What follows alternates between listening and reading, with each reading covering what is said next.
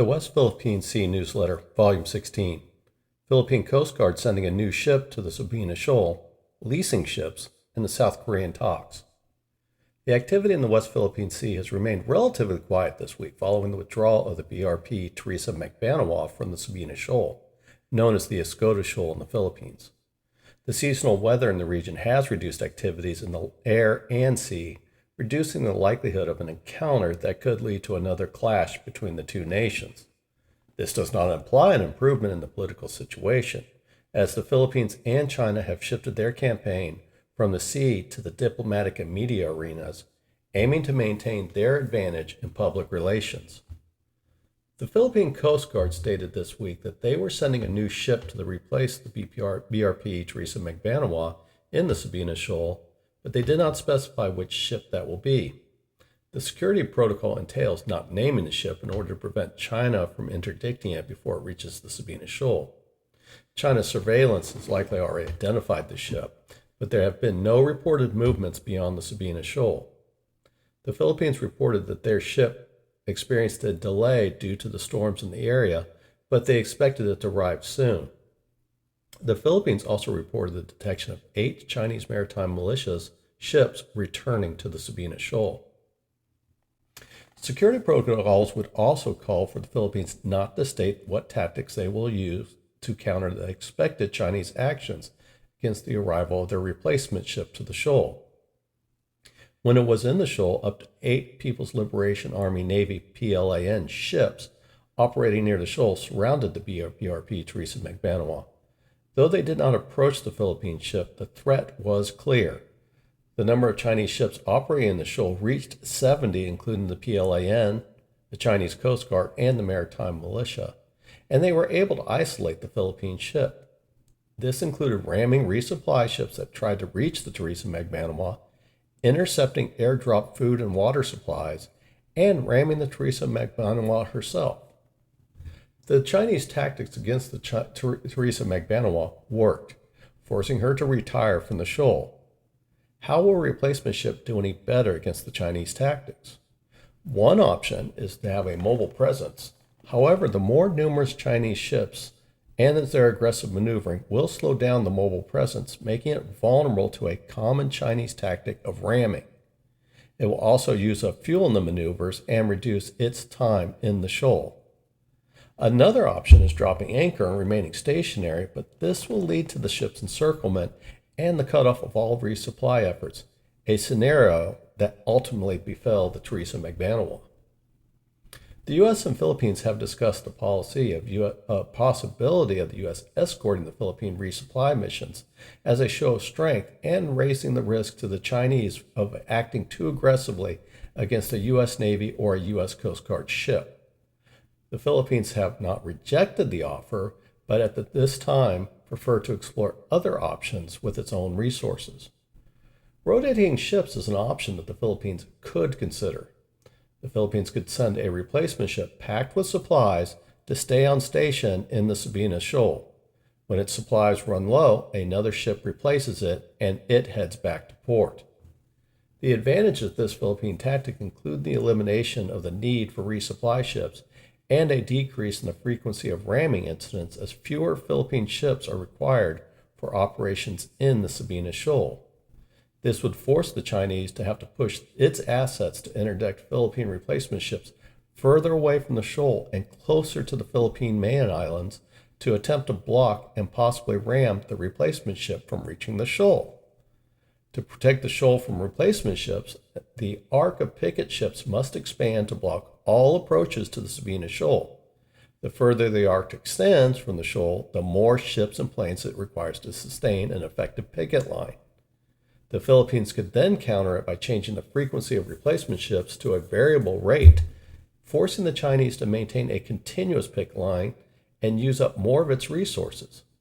China's ability to fully seal off the Sabina Shoal without resorting to force is doubtful, and operating ships closer to the Philippine main islands and territorial waters poses a significant international legal risk and question to China. The Philippine Senate is debating a proposal to give the Philippines the right to lease ships from foreign countries to boost its numbers in the West Philippine Sea. This would allow the Philippines to close the numerical superiority gap that China has in the region. This would also provide the Philippines with additional resources to support the rotating presence tactic mentioned earlier, as well as increase the number of ships at sea to offset the number of ships in port that need to be repaired due to the damage caused by Chinese ramming. This leasing would also give the Philippines the option to maintain more of a presence in other shoals in the exclusive economic zone outside of the main flashpoints of the Second Thomas Shoal and the Sabina Shoal, and this would require China to also stretch its resources. This does not mean that leasing will give the Philippines more resources on ships than China, but it would require China to make decisions on how to use its resources, which is something they have not had to consider in the current environment. The Philippines and South Korea maintain close ties with each other since the end of World War II. South Korea and the Philippines have several recent arms agreements, including an FA-50 multi-role aircraft agreement. South Korea is currently manufacturing new corvettes to equip the Philippines with an anti-surface, anti-air, and anti-submarine capabilities, with the first corvette delivery scheduled for 2025. The two are also in talks to have South Korea build submarines that the Philippines can use to operate near its territory and defend its waters. The Philippines has pursued this modernization effort in response to China's increasing aggression. The media reported last week that South Korea and the Philippines are close to a potential visiting forces agreement, or VFA, and South Korea confirmed it was a discussion topic at the diplomatic sidelines of the Strat-based ADR Institute Forum on September 20th. Previously, the government of the Philippines and South Korea did not publicly acknowledge this, suggesting that the negotiations are progressing to a more advanced stage, becoming more difficult to conceal and possibly preparing for possible diplomatic reactions to this agreement. The announcement coincides with South Korea ambassador to the Philippines, Lee Sang-hwa, who addressed the forum on September 20th. He expressed South Korea's concern over China's aggressive actions in the South China Sea, even identifying the affected region as the West Philippine Sea. Lee Sang-hwa, the ambassador, expressed South Korea's backing for the Philippines' cause, advocating for freedom of navigation and overflight, and advocating for a rules-based international order that China is disregarding. The Joint Forces Agreement between Japan and the Philippines in June closely aligns with the discussion of a VFA with the Philippines and South Korea.